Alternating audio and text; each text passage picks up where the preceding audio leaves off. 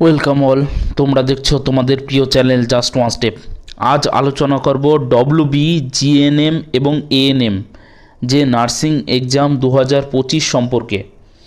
এই ভিডিওতে আলোচনা করব যে এই যে ডব্লিউবি মানে পশ্চিমবঙ্গ জিএনএম এবং এএনএমের পরীক্ষার ডেট কবে এবং কবে থেকে ফর্ম ফিল আপ শুরু হবে, এর হচ্ছে কি সিলেবাস কি, দেখো পশ্চিমবঙ্গ নার্সিং পরীক্ষার সিলেবাস কি, এক্সাম প্যাটার্ন কি, এক্সাম ডেট, কোন কোন কোথায় থেকে প্রশ্ন আসে, কিভাবে প্রশ্ন আসে, কারা এই পরীক্ষায় বসতে পারবে, কত বছর বয়স থেকে বসতে পারবে, কত বছর পর্যন্ত বসতে পারবে, সমস্ত কিছুর উত্তর কিন্তু এই ভিডিওতে রয়েছে।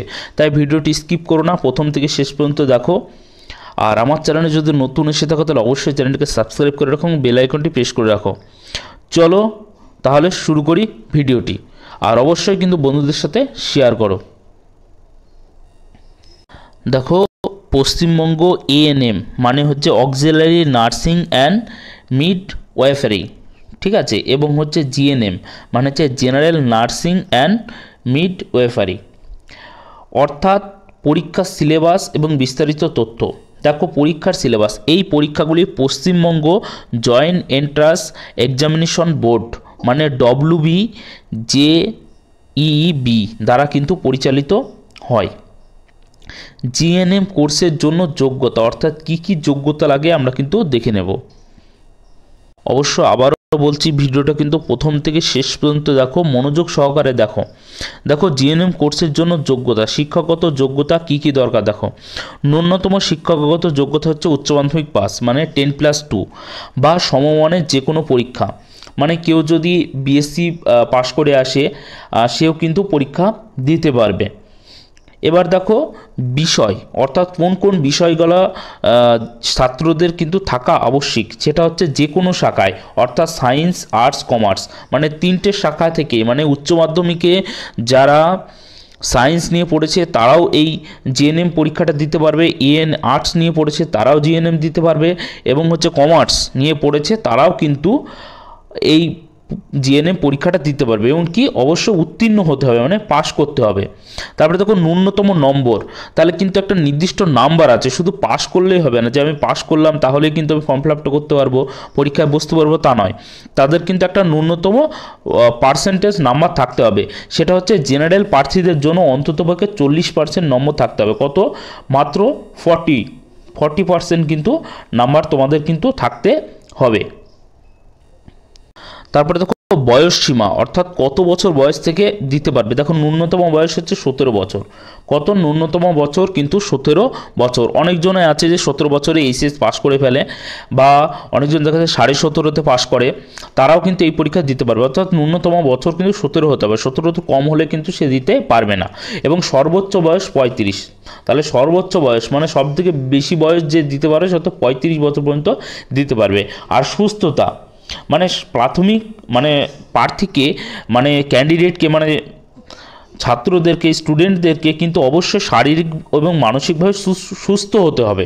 মানে যে কেউ বিকলাঙ্গ বা হচ্ছে হ্যান্ডিক্যাপ তারাই কিন্তু যে পড়তে পারবে এরকম কিন্তু কথা নয়, তাদের কিন্তু মানসিক এবং শারীরিক দিক দিয়ে কিন্তু সুস্থ থাকতে হবে। অর্থাৎ বিকলাঙ্গদের এবং অন্যান্য ক্ষেত্রে কিন্তু এই জিএনএমে কিন্তু ওরা কিন্তু ভর্তি হতে পারবে না। এবার তো এতক্ষণ বললাম যে জিএনএম কোর্সের জন্য কোন কোন যোগ্যতা লাগবে। এবার দেখো এএনএম কোর্সের জন্য কোন কোন যোগ্যতা লাগবে। এএনএম কোর্সের জন্য যোগ্যতা, শিক্ষাগত যোগ্যতা এবং ন্যূনতম শিক্ষাগত যোগ্যতা উচ্চ মাধ্যমিক পাস মানে 10+2 পাস। আর শুধুমাত্র আর্টস বা সায়েন্স শাখা অনুমোদিত। অর্থাৎ এএনএম করতে গেলে কিন্তু এখানে কমার্স, এএনএম করতে গেলে কিন্তু কমার্সটা করতে পারবে না, শুধুমাত্র আর্টস এবং সায়েন্স শাখায় যারা পাস করেছে তারাই কিন্তু যোগ্যতা এই পরীক্ষা দেওয়ার। তারপর দেখো বিষয় হিসেবে থাকতে হবে যে শুধু পাস করেছি আর্টস এবং সায়েন্স নিয়ে তা নয়, আর্টস এবং সায়েন্স নিয়ে পাস করলেও কিছু কিছু স্পেসিফিক কিন্তু সাবজেক্ট আছে। সাবজেক্টগুলো দেখো অবশ্যই ইংরেজি থাকতে হবে, ইংরেজি তো কম্পালসারি সবারই থাকে। অন্যান্য যে সাবজেক্টগুলো থাকতে হবে দেখো ইতিহাস, ভূগোল, রাষ্ট্রবিজ্ঞান, সমাজবিজ্ঞান এবং হচ্ছে জীববিজ্ঞান অবশ্যই করে তাকে লাইফ সায়েন্স অর্থাৎ 4 সাবজেক্ট হোক বা হচ্ছে তোমার মেন সাবজেক্ট হোক, তোমাকে কিন্তু জীবনবিজ্ঞান কিন্তু থাকতেই হবে। তার সাথে থাকতে হবে রাষ্ট্রবিজ্ঞান, ভূগোল, ইতিহাস, ইংরেজি এবং সমাজবিজ্ঞান। এই কটা সাবজেক্টের মধ্যে তোমাকে কিন্তু থাকতে হবে এএনএম কোর্স করতে গেলে। এবং ন্যূনতম নম্বর এখানেও কিন্তু 40%, অর্থাৎ ওভারঅল, মানে এটা হচ্ছে টোটাল। আগেরটাও বললাম যে জিএনএম এর ক্ষেত্রে কিন্তু ওভারঅল টোটাল নাম্বার, আর ন্যূনতম ক্ষেত্রে এটাও হচ্ছে টোটাল নাম্বার কিন্তু 40 নম্বর কিন্তু তোমাদের থাকতে হবে। এখানে ন্যূনতম বয়সসীমা দেখো, এখানে ন্যূনতম বয়সসীমা হচ্ছে 17 বছর থেকে সে কিন্তু ফর্ম ফিল আপ করতে পারে এবং 17 বছরের থেকেই কিন্তু পরীক্ষায় বসতে পারে এবং সর্বোচ্চ বয়স কিন্তু 35 বছর। তারপরে দেখো যে এএনএম এর ক্ষেত্রে অতিরিক্ত শর্ত, শুধুমাত্র মেয়েদের জন্য এএনএম কোর্সে আবেদন গ্রহণযোগ্য। এটা কিন্তু খুবই মোস্ট একটা ভাইটাল পয়েন্ট যে এএনএম কোর্সটা শুধুমাত্র মেয়েদের জন্য। এই জন্য আমি দেখো কালো কালি দিয়ে বর্ডার করে দিয়েছি, শুধুমাত্র মেয়েরাই কিন্তু এএনএম কোর্সে কিন্তু আবেদনের যোগ্য। প্রার্থীকে স্থানীয় রাজ্য বাসিন্দা মানে ডোমিসাইল অফ ওয়েস্ট বেঙ্গল হতে হবে, অর্থাৎ ওয়েস্ট বেঙ্গলে কিন্তু মানে পশ্চিমবঙ্গের স্থায়ী বাসিন্দা কিন্তু হতে হবে। এএনএম কোর্সটা শুধুমাত্র কারা করতে পারবে? মেয়েরা, এটা কিন্তু মাথায় রাখবে। তারপর দেখো ডোমিসাইল শর্ত, যে জিএনএম এবং এএনএম উভয়ের জন্যই কিন্তু এটা প্রযোজ্য। ডোমিসাইল মানে হচ্ছে স্থানীয়, মানে বসবাসকারী, পশ্চিমবঙ্গের বসবাসকারী। দেখো প্রার্থীকে অবশ্যই পশ্চিমবঙ্গের স্থায়ী বাসিন্দা হতে হবে কমপক্ষে 10 বছর ধরে, অর্থাৎ 10 বছর ধরে যে পশ্চিমবঙ্গে তুমি বাস করছো এর কিন্তু স্থায়ী বাসিন্দা হতে হবে। কারণ কি? কারণ হচ্ছে এটা ডব্লিউবি, জিএনএম এবং এএনএম মানে পশ্চিমবঙ্গ নার্সিংয়ের পরীক্ষা, অথবা হচ্ছে পশ্চিমবঙ্গ থেকে মাধ্যমিক বা উচ্চ মাধ্যমিক পাস হতে হবে, বা পশ্চিমবঙ্গের কোনো স্বীকৃত বোর্ড থেকে বা হচ্ছে যে সরকারি কোনো বোর্ড থেকে কিন্তু মাধ্যমিক ও উচ্চ মাধ্যমিক কিন্তু পাস হতে হবে। তারপরে দেখো পরীক্ষার প্যাটার্ন, অর্থাৎ পরীক্ষা কি, মোট প্রশ্নপত্র কটা থাকবে? 100টা প্রশ্নপত্র থাকবে, পূর্ণমান থাকবে কত? 115, অর্থাৎ 100টা প্রশ্ন থাকবে, কিন্তু তার 100টা প্রশ্নের নাম্বার থাকবে কিন্তু 115। পরীক্ষার সময় হচ্ছে 1.5 ঘন্টা, মানে 1 ঘন্টা 30 মিনিট কিন্তু পরীক্ষার সময়। এবং প্রশ্নের ধরন কিন্তু এমসিকিউ, মানে বহু নির্বাচনী প্রশ্ন থাকবে, এমসিকিউ টাইপের প্রশ্ন থাকবে। কোন কোন ভাষায় প্রশ্ন হবে? বাংলা এবং ইংরেজি, দ্বিভাষিক, মানে দুটো ভাষাতেই প্রশ্ন হয়, একটা হচ্ছে বাংলা এবং একটা হচ্ছে ইংরেজি। এবং এখানে কিন্তু নেগেটিভ মার্কিং আছে, মানে ভুল করলে কিন্তু তোমার কিন্তু নাম্বার কাটা যাবে। নেগেটিভ মার্কিং মানে প্রতি একটা ভুল করলে উত্তরের জন্য 0.25 নম্বর কাটা যাবে। এবং হচ্ছে ক্যাটাগরি 2তে কিন্তু নেগেটিভ মার্কিং নেই। অর্থাৎ এই যে পরীক্ষা হচ্ছে দুটো ক্যাটাগরি, একটা ক্যাটাগরি 1, ক্যাটাগরি 2। আমি এর পরবর্তীতে ডিটেলসে তোমাদের ব্যাখ্যা করে দিচ্ছি। এবার হচ্ছে প্রথম ক্যাটাগরি 1-এ কিন্তু ভুল করলে কিন্তু 0.25 করে নম্বর কাটা যাবে, মানে 4টেতে 1 নম্বর কাটা যাবে। কিন্তু ক্যাটাগরি 2-এ কোনো নেগেটিভ মার্কিং নেই। দেখো সিলেবাস, বিষয়ভিত্তিক যে সিলেবাস সেটা হচ্ছে প্রথমে হচ্ছে জীবনবিজ্ঞান, এবং জীবনবিজ্ঞান হচ্ছে কোন স্ট্যান্ডার্ডে আসবে? জীবনবিজ্ঞান কিন্তু তোমাদের 10th মানে মাধ্যমিক বেসের, মানে আমাদের ওয়েস্ট বেঙ্গল গভর্নমেন্টের যে মাধ্যমিক বেসের বইগুলো আছে সেই বই থেকেই কিন্তু আসবে। এবং সেই বই থেকে কোন কোন চ্যাপ্টারগুলো আসবে সেগুলোও কিন্তু এখানে মেনশন করে দিয়েছি আমি। দেখো জীবন ও তার বৈচিত্র্য, জীবন সংগঠনের স্তর, জৈবনিক প্রক্রিয়া, বংশগতি ও হচ্ছে জিনগত রোগ, জীব জগতের নিয়ন্ত্রণ ও সমন্বয়, অভিব্যক্তি ও অভিযোজন, এবং হচ্ছে পরিবেশ ও তার সংরক্ষণ। তাহলে এই যে মাধ্যমিকের যে তোমাদের জীবনবিজ্ঞান বইটা আছে সেই বইটা কিন্তু তোমাদের ভালো করে পড়তে হবে। এবং কি সেই বইয়ের কিন্তু এই যে স্পেসিফিক যে আমি চ্যাপ্টারগুলো বললাম সেই চ্যাপ্টারগুলো থেকে কিন্তু কোশ্চেনগুলো বেশি আসবে।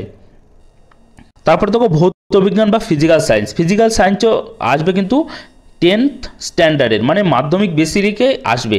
সেখানে হচ্ছে পরিমাপ, বল ও গতি, পদার্থের গঠন ও ধর্ম, তাপ ও তাপীয় ঘটনা, আলো ও শব্দ, রাসায়নিক গণন এবং হচ্ছে পরমাণু গঠন।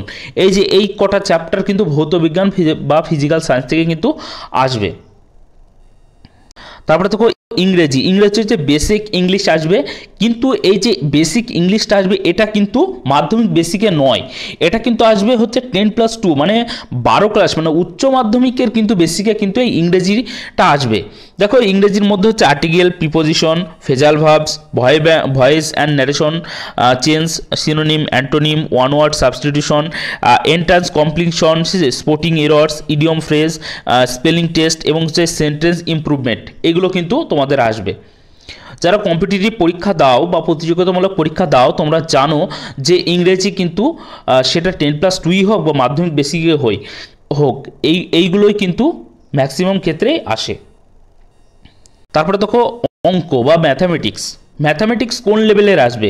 ম্যাথামেটিক্সে দেখো আসবে হচ্ছে বাস্তব, সংখ্যাতত্ত্ব, লাভ ও ক্ষতি, সরল সুদ ও চক্রবৃদ্ধি সুদ এবং অংশীদারি কারবার, এটা কিন্তু আসবে 10 স্ট্যান্ডার্ড। অনেকজনা বলবে যে 12 ক্লাসে মানে উচ্চ মাধ্যমিক বেসিকে আসবে, নয়, অঙ্কটাও কিন্তু তোমাদের কিন্তু আসবে হচ্ছে মাধ্যমিক বেসিকে। হ্যাঁ, তবে সেখানে দু একটা কোশ্চেন এদিক ওদিক হতে পারে, হয়তো দু একটা কোশ্চেন উচ্চ মাধ্যমিক বেসিকে কিন্তু দিয়ে দিল, এটা এদিক ওদিক হতেই পারে। তারপরে দেখো সাধারণ জ্ঞান বা জেনারেল নলেজ থেকেও কিন্তু কিছু কিছু কোশ্চেন আসবে, সেটা হচ্ছে ভারত এবং পশ্চিমবঙ্গের সাম্প্রতিক ঘটনা, মানে দৈনন্দিন যে সমস্ত ঘটনাগুলো ঘটছে, খুবই ইম্পর্টেন্ট গুরুত্বপূর্ণ ঘটনা, সেই সমস্ত ঘটনা থেকে আসতে পারে। ইতিহাস, ভূগোল, বিজ্ঞান ও প্রযুক্তি এবং স্বাস্থ্য ও নার্সিং সম্পর্কিত সাধারণ জ্ঞান, যে স্বাস্থ্য মানে আমাদের স্বাস্থ্য এবং নার্সিং সম্বন্ধে যে সমস্ত যে ফার্স্ট এড বক্স, তারপর যে কোথায় কেটে গেলে ফার্স্ট এড কী করা উচিত, এই সমস্ত একদম বেসিক নলেজের কিন্তু জিনিস তোমাদের আসবে। আর একটা জিনিস আসবে সেটা দেখে নাও, সেটা হচ্ছে লজিক্যাল রিজনিং আসবে। লজিক্যাল রিজনিং, সিরিজ সম্পূর্ণকরণ, রক্ত হচ্ছে ব্লাড রিলেশন, মানে এর বাবা ওর ভাইয়ের ওর মায়ের কে হয়, এইটা রক্ত মানে হচ্ছে লাইফ সায়েন্সের রক্ত নয়, এটা ব্লাড রিলেশন, বুঝতে পারলে, মানে আত্মীয়, মানে এর ছবি দেখিয়ে বলল যে এটা ওর বাবার ভাইয়ের মায়ের ছেলে, তাহলে এটা ওর কে হচ্ছে, ঠিক এরকম কোশ্চেন। তারপরে দিক নির্ণয়, সে উত্তর দিকে গেল, তারপর পূর্ব দিকে গেল, তারপর 20 মিটার পশ্চিম দিকে গেল, তারপরে বর্তমানে সে কোন দিকে আছে, এই ধরনের দিক নির্দেশক রিজনিং হচ্ছে অ্যানালজি এবং ক্লাসিফিকেশন, এই ধরনের রিজনিং তোমরা যখন তোমাদের প্রিভিয়াস ইয়ার কোশ্চেন যখন করাবো, ঠিক আছে, আমার চ্যানেলে তোমরা সাবস্ক্রাইব করে রাখো, প্রিভিয়াস ইয়ার কোশ্চেন যখন করাবো তখন কিন্তু আমি ডিটেলসে বলে দেবো। তারপরে দেখো প্রশ্ন বিভাজন, আমি আগেই বলে দিয়েছি তোমাদের কিন্তু আমি ডিটেলসে ক্লাসটা করিয়ে দেবো, ডিটেলসে একদম পুরো নিখুঁতভাবে বলে দেবো। দেখো জীবন বিজ্ঞান, প্রথম বিষয় হচ্ছে জীবন বিজ্ঞান বা লাইফ সায়েন্সে ক্যাটাগরি 1, প্রথমেই তোমাদের বললাম যে ক্যাটাগরি 1 ক্যাটাগরি 2, ক্যাটাগরি 1-এ কিন্তু নেগেটিভ মার্কিং থাকবে বলে দিলাম 0.25 করে, কিন্তু ক্যাটাগরি 2-এ কোনো নেগেটিভ মার্কিং থাকবে না। দেখো জীবন বিজ্ঞানে কিন্তু ক্যাটাগরি 1-এ তোমাদের 30খানা কোশ্চেন থাকবে এবং ক্যাটাগরি 2-তে থাকবে 10খানা কোশ্চেন, মোট হচ্ছে 40খানা কোশ্চেন, কিন্তু মোট নম্বর থাকবে কত? 50। বুঝতে পারছো, মোট নম্বর থাকবে কিন্তু 50। তারপরে দেখো ভৌত বিজ্ঞান বা হচ্ছে ফিজিক্যাল সায়েন্সে কিন্তু ক্যাটাগরি 1-এ থাকবে 15টা কোশ্চেন, ক্যাটাগরি 2-তে থাকবে 5টা কোশ্চেন, টোটাল হচ্ছে 20টা কোশ্চেন, নাম্বার থাকবে 25 নাম্বার। ইংরেজিতে থাকবে 15টা প্রশ্ন, এটা প্যাটার্ন 1-এই থাকবে, কিন্তু প্যাটার্ন 2-এ কোনো ইংরেজি কোশ্চেন থাকবে না, টোটাল হচ্ছে 15টা কোশ্চেন, 15 নাম্বারই থাকবে। অঙ্ক বা গণিতে থাকবে 10টা প্রশ্ন, এটা হচ্ছে ক্যাটাগরি প্যাটার্ন 2-এ কিন্তু কোনো অঙ্কের প্রশ্ন থাকবে না, টোটাল প্রশ্ন নাম্বার হচ্ছে 10টা এবং মার্কস হচ্ছে কত? 10। তারপর দেখো সাধারণ জ্ঞান বা জেনারেল নলেজ, যেটা 10টা প্রশ্ন থাকবে প্যাটার্ন 1-এ, দ্বিতীয়তে কোনো কোশ্চেন থাকবে না, প্যাটার্ন 2-এ 10টা কোশ্চেনে থাকবে 10 নম্বরের। যুক্তি বা রিজনিং, যেটা রিজনিং থেকে 5টা কোশ্চেন থাকবে ফার্স্ট প্যাটার্নে, সেকেন্ড প্যাটার্নে কোনো রিজনিং থাকবে না, 5টা প্রশ্ন থাকবে 5 নম্বরে। অর্থাৎ মোট হচ্ছে জীবনবিজ্ঞান, ভৌতবিজ্ঞান, অঙ্ক, সাধারণ জ্ঞান, রিজনিং, এইগুলো ধরে মোট কটা প্রশ্ন থাকবে? 85টা। এবং প্যাটার্ন 2-এ থাকবে হচ্ছে 15টা কোশ্চেন, মোট হচ্ছে 100টা কোশ্চেন। এই 100টা কোশ্চেনের মার্কস হচ্ছে কত? 115টা। 115 নাম্বারের কিন্তু তোমাদের পরীক্ষা হবে। দেখো এবার হচ্ছে মোস্ট ইম্পর্টেন্ট পার্ট, যেটা তোমাদের বলবো যে জেএনএম এবং ইএনএম প্রবেশিকা পরীক্ষা 2025 পশ্চিমবঙ্গ কবে হবে। দেখো পশ্চিমবঙ্গ পরীক্ষা 2025 কত তারিখে অনুষ্ঠিত হবে? 29শে জুন 2025 রবিবারে। এই তারিখটা কিন্তু নোট ডাউন করো। 29 জুন 2025 রবিবারে। পরীক্ষার ধরন হচ্ছে অফলাইন, ওএমআর ভিত্তিক হবে, ওএমআর ভিত্তিক, এবং কোর্স সমূহ হচ্ছে ANM, auxiliary nursing and midwifery হচ্ছে 2 বছরের কোর্স, এটা হচ্ছে সংশোধিত, এবং হচ্ছে যে জিএনএম কোর্সটা হচ্ছে 3 বছরের কোর্স, এবং পরীক্ষা পরিচালনাকালীন সংস্থা হচ্ছে WBJEE বোর্ড, মানে West Bengal joint entrance examination board, total পুরোটা নাম। এবার দেখো আবেদন শুরুর তারিখ, অর্থাৎ কবে থেকে কিন্তু আবেদন শুরু হবে। দেখো যেহেতু এখনও উচ্চ মাধ্যমিক মানে এইচএস পরীক্ষার কিন্তু রেজাল্ট এখনও পাবলিশড হয়নি, আমার লাস্ট আপডেট পর্যন্ত মানে এই ভিডিওটা যখন পাবলিশ করছি এখনও পাবলিশড হয়নি, শীঘ্রই কিন্তু ঘোষণা করা হবে, অর্থাৎ মনে করছে যে এপ্রিল মাসের শেষে বা হচ্ছে মে মাসের প্রথমে 2025 সালে কিন্তু আবেদন শুরু হবে। অর্থাৎ আবেদন শুরু হলেই তোমরা কিন্তু অবশ্যই আবেদন ফর্মটা ঠিকঠাকভাবে ফিল আপ করবে। আর আমার চ্যানেলেটাকে অবশ্যই সাবস্ক্রাইব করে রাখো, কারণ এই ধরনের গুরুত্বপূর্ণ কোশ্চেন পাওয়ার জন্য।